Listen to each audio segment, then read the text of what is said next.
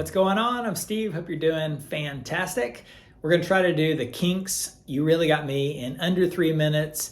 It's not too hard, but the power chords to go back and forth that fast, it's a little challenging.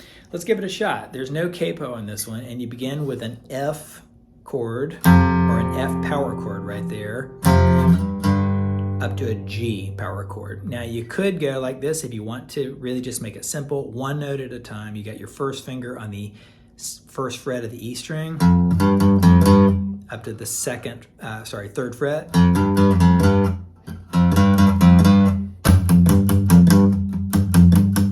When you add some palm muting right there, it's plenty, especially if you got a distorted electric guitar or whatever like that. But if you really want to do the real version, it's a power chord. Check out the link in the description for the chord charts.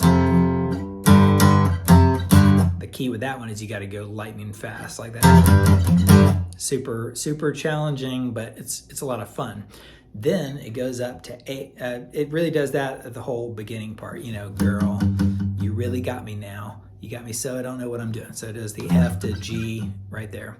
Then it goes, yeah, you really got me now, you know, so you go to A. Now, if you want to do power chords the whole time, you can keep doing those. And then when you go to the D in a second, I'll show you that, you can do power chord like that.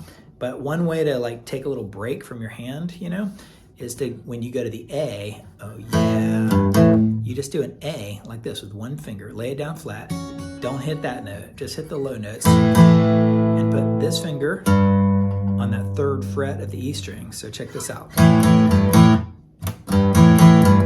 I'm really only hitting those two notes, maybe that note, and going like this, and then sort of popping it with the palm mute.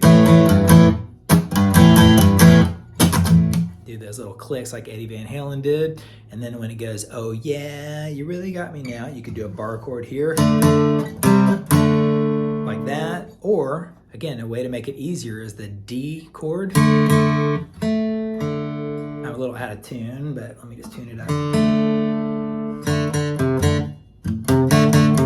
So I'm playing a D chord right there and going like that to that third fret. So you're basically doing the same thing you did out here with the A. Now you're going to the D like that. So the D down to that note, then you go C,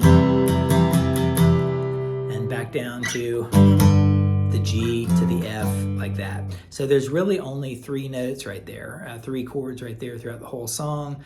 And it makes it super, you know, challenging again, but super fun. So let me know what you think in the comments. Hit like and subscribe on your way out, and I'll see you around for some more super fast lessons. Later.